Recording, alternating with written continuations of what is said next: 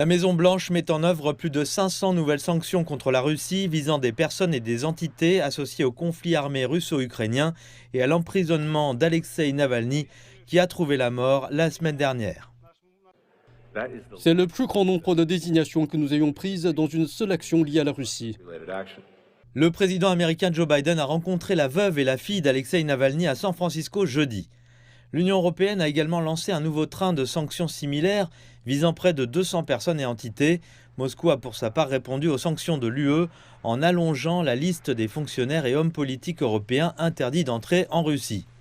L'ambassadeur de Russie aux États-Unis a rejeté les sanctions américaines, les qualifiant de tentatives d'ingérence dans les affaires intérieures de la Russie. Il a déclaré que Moscou continuerait à protéger ses intérêts fondamentaux. Les sanctions américaines visent les secteurs de la finance et de la défense russe, ainsi que plus d'une centaine d'entités d'autres pays que la Maison-Blanche soupçonne d'échapper aux sanctions existantes contre la Russie, y compris plusieurs entreprises basées en Chine.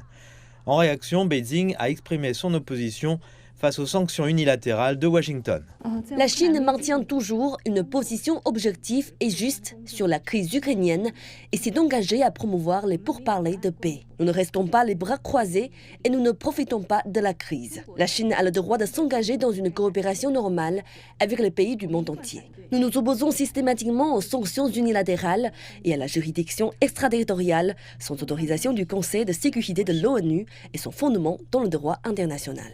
Jusqu'à présent, les sanctions existantes des États-Unis et de l'UE semblent avoir eu peu d'impact sur l'économie russe. M. Biden a également profité de l'annonce de nouvelles sanctions pour renouveler les appels au Congrès afin qu'il adopte une aide militaire supplémentaire à l'Ukraine.